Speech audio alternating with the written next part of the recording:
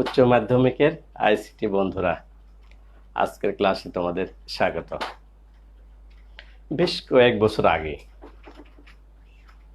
আমি একটা দোকানে, ফটোকপির দোকানে আড্ডা দিতাম। সেদিনও আড্ডায় গেছি। রাত 8টা, সাড়ে 8টার দিকে হঠাৎ আমার ফোনে রিং বেজে উঠলো। তো আমি ফোনটা রিসিভ করলাম। রিসিভ করে সালাম দিলাম। উনি সালাম গ্রহণ করে আমাকে জিজ্ঞেস করলেন, আপনার এই ফোন নাম্বারটা কি বিকাশের? তো আমি বললাম, আমার এই ফোন নাম্বার বিকাশের কিনা এটা তো আমি আপনাকে বলবো না। কেন বলবো বলুন তো? তো উনি বললেন, আমি বিকাশের অফিস থেকে বলছি, আমি কর্মকর্তা বলছি। আপনার এই ফোন নাম্বারটা বিকাশের আমি জানি, তারপরেও আপনাকে জিজ্ঞেস করলাম। 6 ঘন্টা পর আপনার এই ফোনটি বন্ধ হয়ে যাবে। তা আমি বললাম, কেন বন্ধ হয়ে যাবে? তো উনি বললেন, আপনার এই বিকাশ ফোন নাম্বারটি হালনাগাদ করতে হবে। তো আমি একটু ঘাবড়িয়েও গেলাম। তো হালনাগাদ করতে হবে, কেমন হালনাগাদ করতে হবে? তো উনি বললেন, আপনি যেসব তথ্য দিয়ে আপনি মোবাইলের সিমটা কিনেছিলেন সে সকল আপনাকে তথ্য দিতে হবে। তো আমি বললাম, এরকম তো হওয়ার কথা না। আমি আর বিকাশ তো আমার তো সচরাচর আমি চালুই আছে, আমি বিকাশ দেইনি। হালনাগাদ তো করার তো আমি ব্যাপারটা বুঝলাম না। বলছে, ঠিক আছে, আপনি করলে করবেন, না করলে আপনি 6 ঘন্টা পর আপনার মোবাইল কিন্তু বন্ধ হয়ে যাবে, সিম বন্ধ হয়ে যাবে। এটা আমাদের সরকারি নির্দেশনা, আপনি করলে করেন, না করলে না করেন। আমি তো আরো ধরো ঘাবড়িয়ে গেলাম। তো ঘাবড়িয়ে যাওয়াতে, এবং এরকম তর্কও হচ্ছে, আরো তর্ক হলো তার সাথে। তো আমার একটু করে ভাবনাও আসছে, এটা তো হওয়ার কথা না। আবার চিন্তা করছি, অফিস থেকে যখন বলছে তখন হতেও পারে। তো আমার বড় ভাই, যে ফটোকপির দোকানে আমি বসে আছি, ওর বড় ভাই জিনিসটা আঁচ করতে পেরেছেন যে আমি কারোর সাথে বিকাশ নিয়ে কোনো কথা বলছি হয়তো, এবং উনি বুঝেও গেছেন আসলে। তখন উনি বলছে, কি বিকাশ কোনো অফিস থেকে রিং করেছে নাকি? আমি বললাম, হ্যাঁ, বিকাশ থেকে একজন ভদ্রলোক রিং করেছেন, আমার এই ফোন নাম্বার নাকি হালনাগাদ করতে হবে। তো আমার ওই বড় ভাই আমাকে বললেন, দেখি আমাকে ফোনটা দিন। ওই ওই প্রান্ত থেকে সম্ভবত উনি শব্দটা শুনতে পেয়ে উনি সাথে সাথে কিন্তু মোবাইল ফোনটা কেটে দিয়েছেন, এবং আহ, তার ওই নাম্বারটাও বন্ধ করে দিয়েছেন। শিক্ষার্থী বন্ধুরা, যে পদ্ধতিতে ব্যবহারকারীদেরকে যে পদ্ধতিতে ব্যবহারকারীদের ধোঁকা দিয়ে তথ্য বের করে নিয়ে আসা হয়, সেই পদ্ধতিকে বলা হয় কি? ফিশিং। উচ্চ মাধ্যমিকের আইসিটি বইয়ের প্রথম অধ্যায়ের শেষের দিকে কিন্তু এই ফিশিং নিয়ে আলোচনা করা আছে। ফিশিং মানে কাকো ধোঁকা দিয়ে তথ্য নিয়ে আসা, সংগ্রহ করা, প্রতারণা করা তার সাথে। এই ফিশিং এই ফিশিং এর এই পদ্ধতির বর্ণনা শুরু হয় 1987 সালে। এই ফিশিং এর ব্যবহার শুরু হয় 1996 সালে। ইংরেজিতে আমরা তো এটা এই বানানটা থেকে অনেকে ঘাবড়েও গেছে, তাই না? ফিশিং তো ফিশ এফ দেওয়া হওয়ার কথা। তো ইংরেজিতে এই FISHING, এই ফিশিং মানে হলো মাছ ধরা, তাই না? এই মাছ ধরা, এই শব্দটির অপভ্রংশ হিসেবে এই ফিশিং শব্দটি উদ্ভব হয়েছে। তাহলে যারা বিলে অথবা পুকুরে মাছ ধরে, মাছ শিকার করে, তাদেরকে অবশ্যই ফিশিং বলে। কিন্তু এটা কিন্তু, এই ফিশিং মানে এরকম না, কিন্তু দুটার অর্থ কিন্তু প্রায় একই রকম হতে পারে। দেখো বিষয়টা, ফিশিং মানে তাহলে কি? মাছ ধরা। এই ফিশিং মানে, তো যারা মাছ ধরে তারা কি করে? যেমন টোপ ফেলে, বড়শিতে টোপ লাগাই দেয় না, মাথায় টোপ লাগিয়ে দেয়, টোপ লাগিয়ে যখন বড়শিতে টোপ লাগিয়ে দেওয়া আছে মনে করো, টোপ লাগিয়ে দিয়ে আম, কি করে এই মাছকে ধোকা দেয়, মানে খাবার দেয়। টোপ লাগিয়ে দেওয়া দেওয়া মানে কি, মাছকে খাবার দেওয়া না? তো মাছকে খাবার দেয়, মাছ মনে করে এটা খাবার, কিন্তু সেখানে তো তারা বেঁধে যায়। তাহলে ধোকা দেওয়া হচ্ছে না মাছকে, ফিশিং মানে। তাহলে মাছকে টোপ খাইয়ে ধোকা দিয়ে তাদেরকে কিন্তু আটকিয়ে দেওয়া হয়। সেই শব্দটির কিন্তু আসলে অপভ্রংশ হিসাবে কিন্তু এই ফিশিং শব্দটা আসছে। ব্যাপারটা ঠিক না ব্যাপারটা? তাহলে মাছ ধরার সময় যখন টোপে, কি আমরা বললাম, মাছ ধরার যখন টোপে, যখন টোপে আমরা টোপ ফেলে মাছকে ধোকা বানিয়ে তাকে মাছ খাইয়ে দেয়, ঠিক তেমনি ভাবে ঠিক তেমনি ভাবে সেই পদ্ধতিতেও ব্যবহারকারীকে ধোকা দিয়ে তার মধ্যে থেকে তথ্য বের করে নিয়ে এসে সে তথ্য তারা ব্যবহার করবে। এই পদ্ধতির নামই আসলে ফিশিং। তো ফিশিং কাকে বলে আমরা একটু ক্লিয়ার হয়ে নিই আর একটু। হ্যাঁ, ইন্টারনেটে প্রতারণার মাধ্যমে, তাহলে ফিশিং কাকে বলে? আমরা বলি ফিশিং কাকে বলে, ফিশিং কাকে বলে। তাহলে ইন্টারনেটে প্রতারণার মাধ্যমে কারো কাছ থেকে, ভালো করে শুরু বিষয়টা, ফিশিংটা কি আসলে?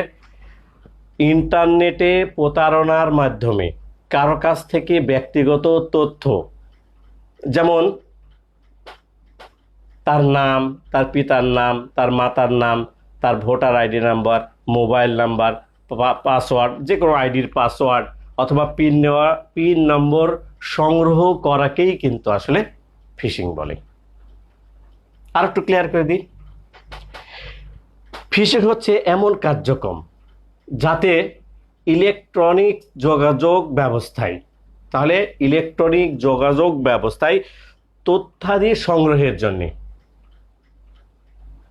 তথ্যাদি সংগ্রহের কোনো একটা বিশ্বস্ত মাধ্যমে কি করে ছদ্মাবেশ ধারণ করে, তার কোনো বিশ্বস্ত মাধ্যমের ছদ্মাবেশ ধারণ করে কারো কাছ থেকে কোনো তথ্য হাতিয়ে নেওয়াকেও কিন্তু ফিশিং বলা হয়ে থাকে। কি ক্লিয়ার হবে ব্যাপারটা? আরেকটা সামনে যাই। প্রতারকরা যারা ফিশিং করে তারা তারা প্রতারকরা ফিশিং পদ্ধতিতে কোনো বিশ্বস্ত ওয়েবসাইট আমাদের আছে, অনেক বিশ্বস্ত ওয়েবসাইট আছে, আমরা যেখানে কাজ করি সেরকম একটা বিশ্বস্ত ওয়েবসাইট, আমি নাম বলছি না এখন। তাহলে কি করে প্রতারকরা ফিশিং এর মাধ্যমে বিশ্বস্ত ওয়েবসাইট সেজে, মানে যেসব ওয়েবসাইটগুলো আমরা সবাই বিশ্বাস করি বেশি, তার প্রতারকরা সেরকম একটা ফেক ওয়েবসাইট তারা সেজে বা নিজেরা তৈরি করে কি করে জানো, মানুষের কাছ থেকে তথ্য হাতিয়ে নিয়ে চুরি করে নেয়। এই তথ্য হাতিয়ে নেওয়া বা চুরি করে নেওয়া বা প্রতারণার মাধ্যমে, ধোকার মাধ্যমে নেওয়া, এটা সাধারণত করা হয় থাকে ইমেল এবং ইনস্ট্যান্ট মেসেজের মাধ্যমে এই ফিশিংটা করা হয়ে থাকে। তাহলে ইমেল এবং ইনস্ট্যান্ট মেসেজের মাধ্যমে কিন্তু ফিশিং করা হয়ে থাকে।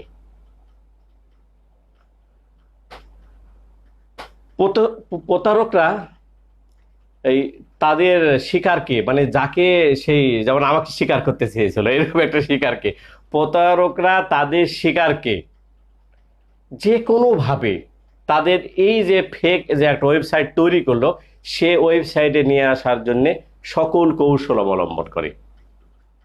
কিরকম কৌশল করে?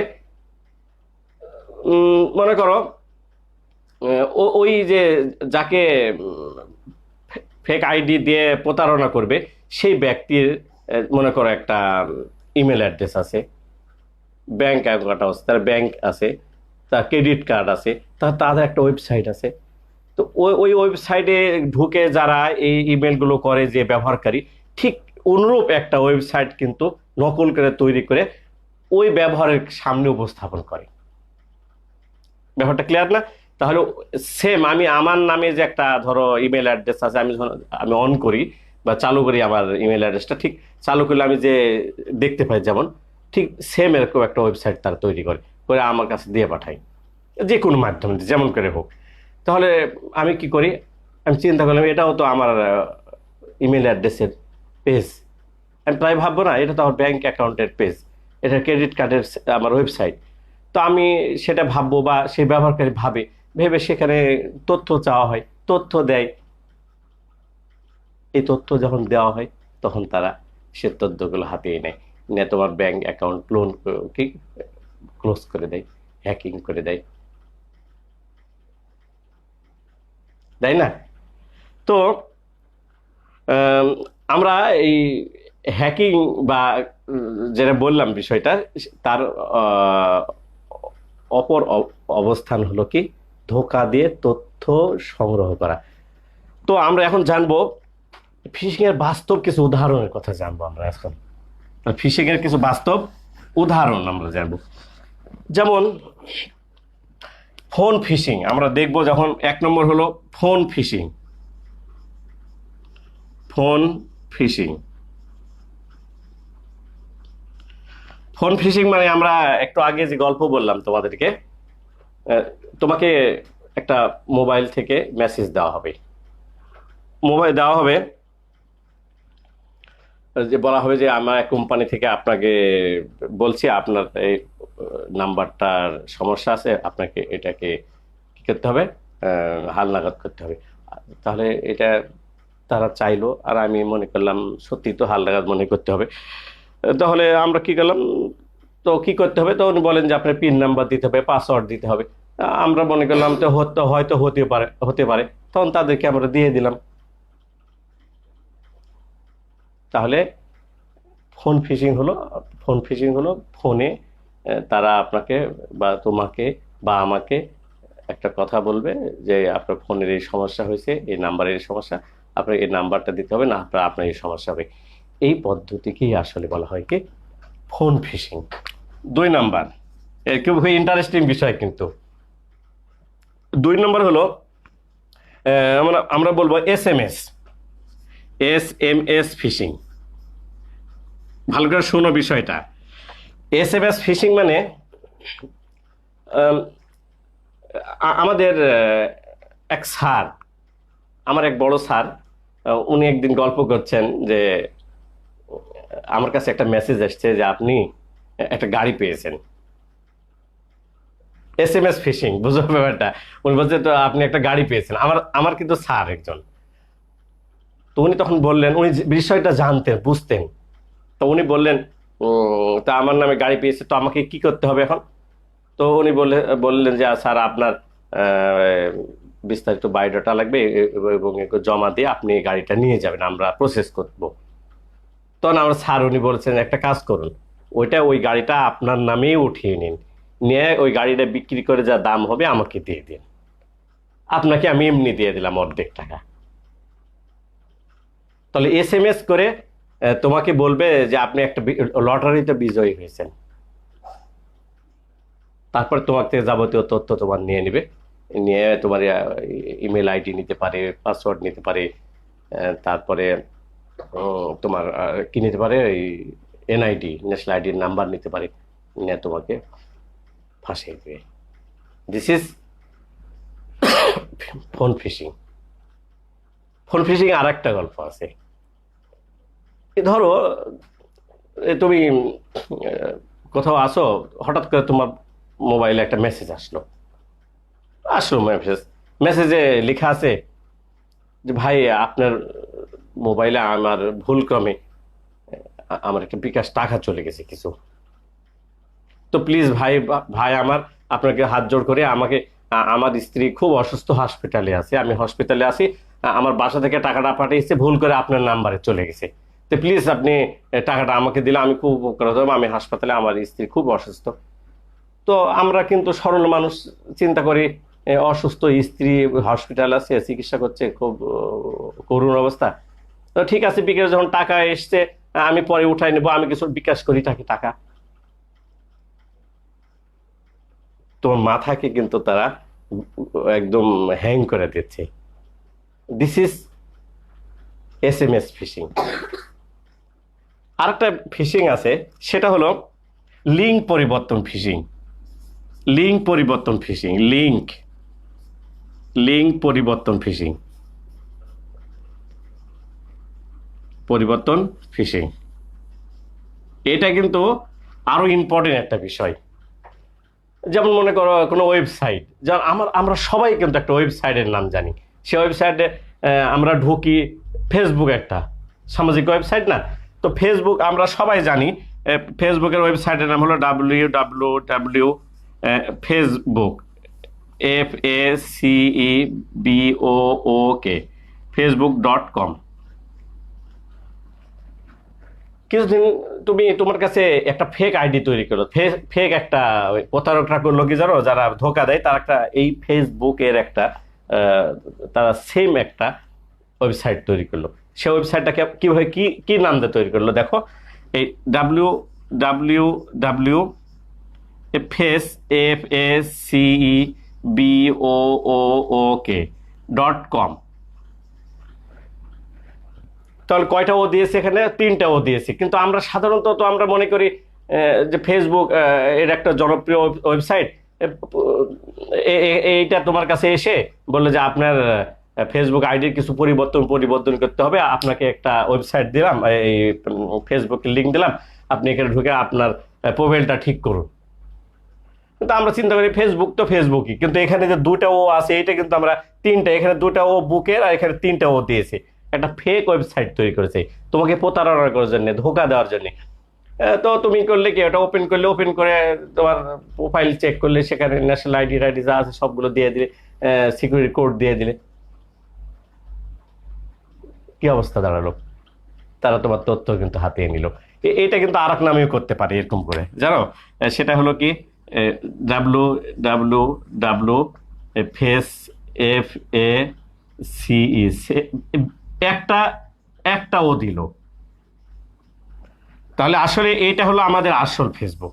সে তোমাকে প্রতারণা করছে, 2টা ও দিয়ে এখানে 2টা ও দিল, আর 3টা ও দিল এখানে 2টা ও জায়গায়, আর এখানে একটা ও দিল। তো তুমি তো প্রথম অবস্থায় তো তুমি তো বুঝতে পারবে না যে বানানের এই অবস্থা। দিস ইজ লিঙ্ক পরিবর্তন ফিশিং। এইরকম জায়গা থেকে কিন্তু আমাদেরকে খুব সতর্ক হতে হবে। আর একটা আমি তোমাদেরকে বলবো, সেই কিভাবে তোমাকে তারা মেধাকে তোমার নষ্ট করে দিচ্ছে, সেটা হলো মানসিক ধোকা। আর একটা আমাদের কি কি দিচ্ছে, তারা মানসিক ধোকা দিচ্ছে। তাহলে মানসিক ধোকা ফিশিং, একটা হলো মানসিক ধোকা ফিশিং, মানসিক ধোকা ফিশিং, বুঝলা?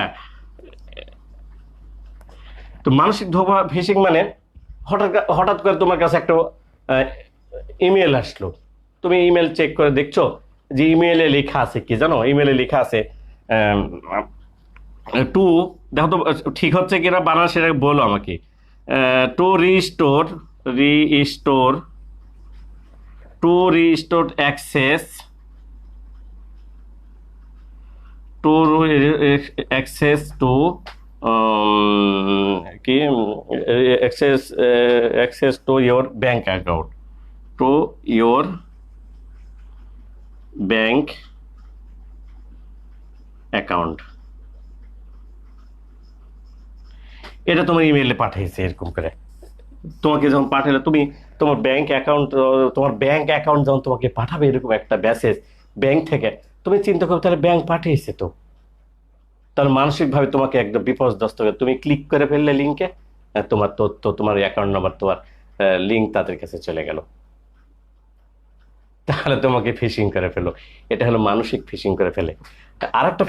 আরেকটা আমাদের ফিশিং আছে, সেই ফিশিং হলো, এটা সার্চ ইঞ্জিন ফিশিং,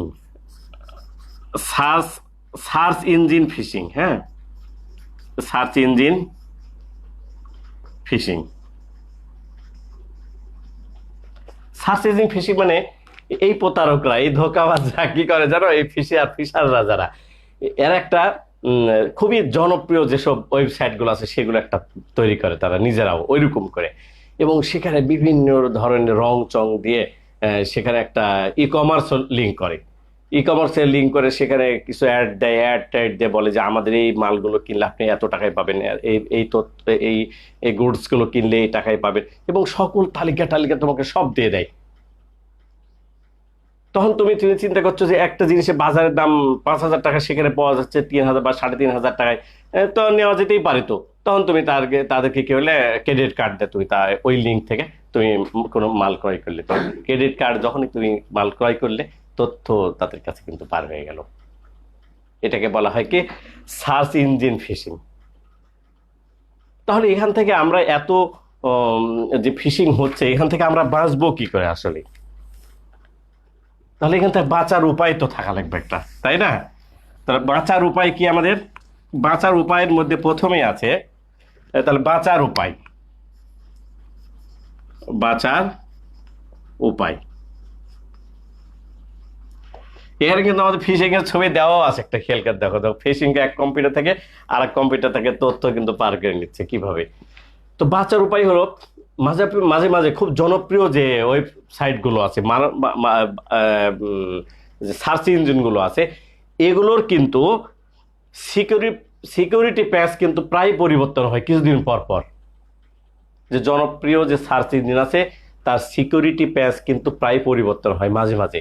তাহলে যখন আপডেট চাইবে তখন কিন্তু আপডেট করে নিতে হবে, কারণ ওই ধোঁকাবাজরা, ওই যারা ধোঁকা দেয়, তারা কিন্তু এই পুরাতন যে ভার্সন থাকে সেখান থেকে কিন্তু ফিশিং করে থাকে নর্মালি। আরেকটা হলো সেন্টেন্স স্ট্রাকচার, আমাদের ভালো করে দেখতে হবে। সেন্টেন্স স্ট্রাকচার দেখা মানে কি? আমরা বললাম ফেসবুকে 2টা ও আছে না 3টা ও আছে না একটাই ও আছে। এই যে সেন্টেন্সের যে স্ট্রাকচার, যে স্ট্রাকচার আমি ব্যবহার করি, যে ওয়েবসাইটগুলো আমি ব্যবহার করি, তার বানানের সাথে আমি যখন চেক করব, কাজ করব, তখন এই বানানগুলো কিন্তু আবার খেয়াল করব। এটাকে সেন্টেন্স স্ট্রাকচার আমাদের ঠিক করে দেখার উচিত, আমাদেরকে দেখা।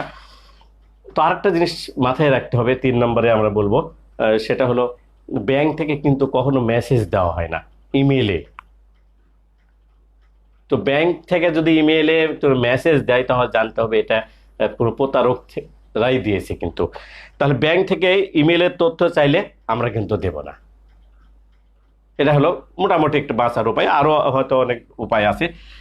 এখন সামাজিক সচেতনতা, সামাজিক কিভাবে আমরা সচেতন হব? সামাজিক সামাজিক সচেতনতা, সচেতনতা, আমাদের সামাজিক সচেতনতা হতে হবে। সেটা হলো, অনেক সময় তুমি ফেসবুকে দেখবা অনেক সময় যে একটা জরিপ চাই, ভাই বলে আপনাদের উপজেলা, আপনাদের কলেজের একটা জরিপ দরকার আমাদের। তো ফেসবুকে একটা জরিপ দিয়েছে, তুমি মনে করলে তাহলে তো আমি জরিপে অংশগ্রহণ করি, আমাদের কলেজের নাম যাবে, আমি যাব, আমার টিচার যাবে, আমি ওই কলেজের স্টুডেন্ট। তাহলে এইরকম ধরনের যে জরিপের সম্পর্কে আমরা জানি না, সেই সেই জরিপে কিন্তু আমরা অংশগ্রহণ করবো না। এটা কিন্তু সবাইকে সচেতন করে দিতে হবে আমাদেরকে। 2 নম্বর হলো সেলিব্রিটি আছে, সেলিব্রিটি অ্যাড আমরা রিকোয়েস্ট যেটা করবো সেটা কিন্তু আমরা অ্যাকসেপ্ট করবো না। সেলিব্রিটি অ্যাড রিকোয়েস্ট মানে কি?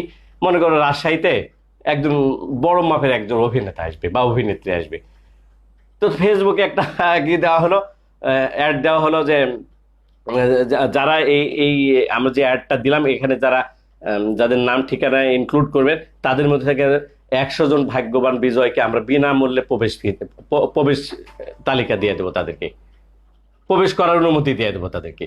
তো তুমি চিন্তা করলে যে এত বড় একটা সেলিব্রিটি, এত বড় নায়ক আসবে, এত বড় নায়িকা আসবে, আমি বিনা পয়সায় দেখতে পাবো, তাহলে ফর্মটা পূরণ করে দিয়ে দিই।